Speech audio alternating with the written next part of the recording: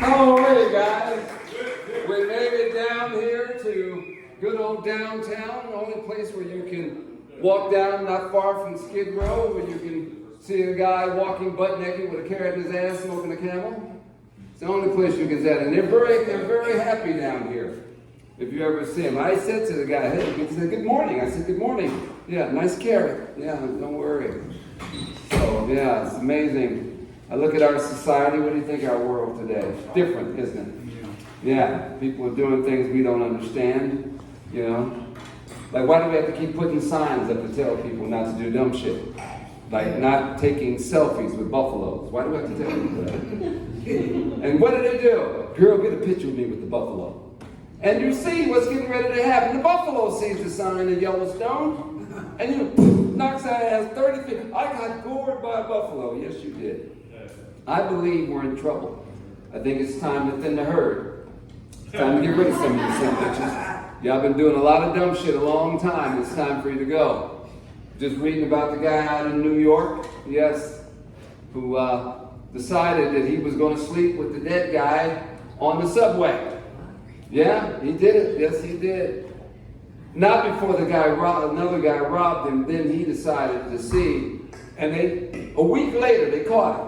A week later, and it's because his neighbor saw the television and said, "Oh, I know him. He lives downstairs." And she called the cops and turned his ass in. Now this dude is married and has 3 kids. Is your marriage that bad that you have to fuck a dead dude's ass? Is that where you are in life? I'm always wondering, what are you thinking? What's going on? Where are you at in your life when you make this one decision that will really ruin your life? That you're now going to see the booty bandit. You're going to see a real dude that actually takes ass.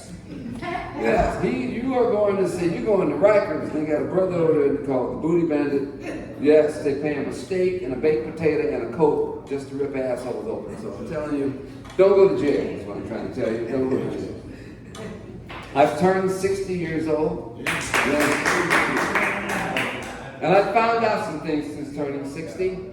I found out there's a fine line between cuddling and holding someone down and choking the shit out of them.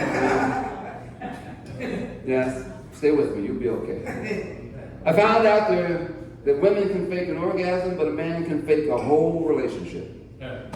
You love me, right? Yeah. Sit your ass over there. Yes. Yeah. I found out that people with low self-esteem have earned it. Yeah, I know it takes a while. You'll be okay. And you know, it's just you have to pay attention to people. You know, they're weird. You know, one of my sisters wanted me to move to Florida.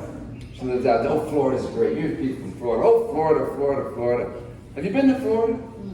Yeah. Florida it's good. Florida has mosquitoes that look like birds.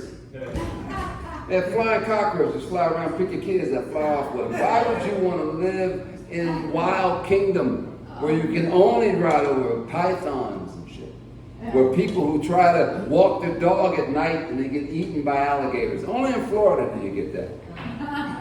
A man in Florida was arrested, and he said that the drugs that were found in his ass were not his. And they interviewed him. "Mr. Williams, these are your drugs?" No, those are not my drugs. "Mr. Williams, we pulled these drugs out of your ass." "I must have been asleep." Now, ladies and gentlemen, we all sleep very hard, do we not?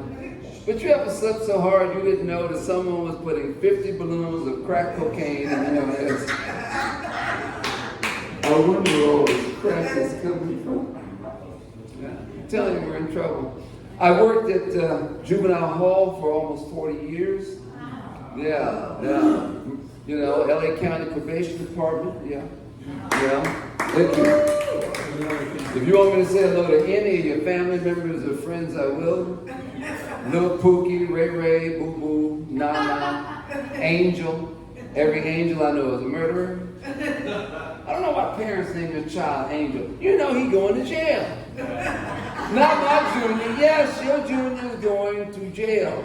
I'm telling you, we're in trouble. We spent $50 million on a program called No Child Left Behind. Leave his ass, because he ain't going to make it. If he's still doing his ABCs in the 8th grade, you can cancel Christmas. He's done. Let him out, let him roam. Oh no, he's gonna make it. No, he's not. He's an idiot, and you know it. Like, like they said, they're gonna bring back corporal punishment. Are you serious? Now, I'm 60, so I know I got my ass whooped in grade school.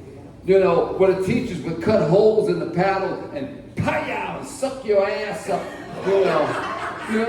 You get all of this, and then, and they were whooping kids left and right, all these different things. Today, a teenager carries an AR-15. You ain't whooping nobody. Not these little bad, weird Harold damn kids. These kids are pulling out, AR-15s and all this type of stuff.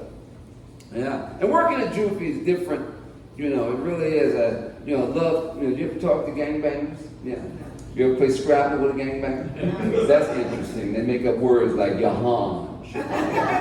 Yahan. No. And I was at work, and I'm talking to some kids. I'm trying to structure them, and I talked to these two black kids. They're named Socrates and Aristotle. I said, really? But did your mama name you after some famous philosopher? Famous what? I said, famous philosopher.